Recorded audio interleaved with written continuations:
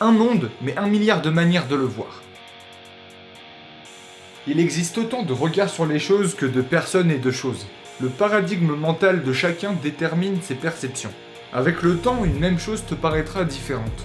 Les acteurs du film de l'existence sont également ses spectateurs. La conscience détermine l'influence que les circonstances auront sur elle. Le mental interprète la réalité. Conscience et circonstances s'influencent mutuellement. Tout n'est qu'une joute, une danse, entre ta volonté et la volonté de l'univers. Ta volonté sculpte l'univers dans lequel tu vis. Et vice-versa. Il y a ce qui se passe, ce qui te dépasse et ce qui repassera dans ta tête.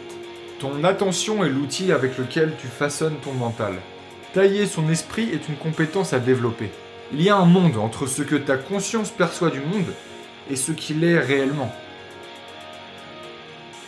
Ton ego a ses propres perceptions. Il faut faire la distinction. Tu ne peux pas t'inventer de A à Z. Peins tes pensées d'un pinceau consciencieux. Mine de rien, tu possèdes la mine qui détermine ton avis sur ton destin.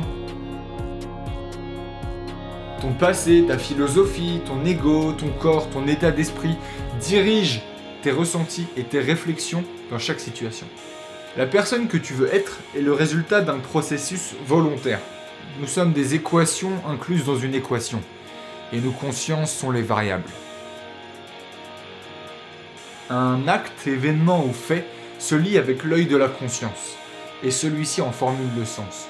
La sagesse recherche l'objectivité dans sa subjectivité. Nos pensées à chaque instant sont le reflet de notre ego. À défaut de contrôler le monde, on peut tout de même contrôler ce qu'on en pense. Maîtriser son esprit consiste à comprendre et conscientiser ses réflexes, ses réactions. Un sentiment est une émotion consciemment validée. Une réflexion est un cheminement de pensée volontaire. Il y a dans ta tête la tour de contrôle de l'entreprise de ta vie. C'est à toi seul que revient la responsabilité de faire le ménage dans ta personnalité et d'optimiser ta personne. À chacun de construire sa propre conception de l'individualité. Devenir soi-même, c'est apprendre à assimiler les expériences selon sa propre œuvre. Il faut épouser son art de vivre. Le sens de la vie est celui d'une évolution intérieure.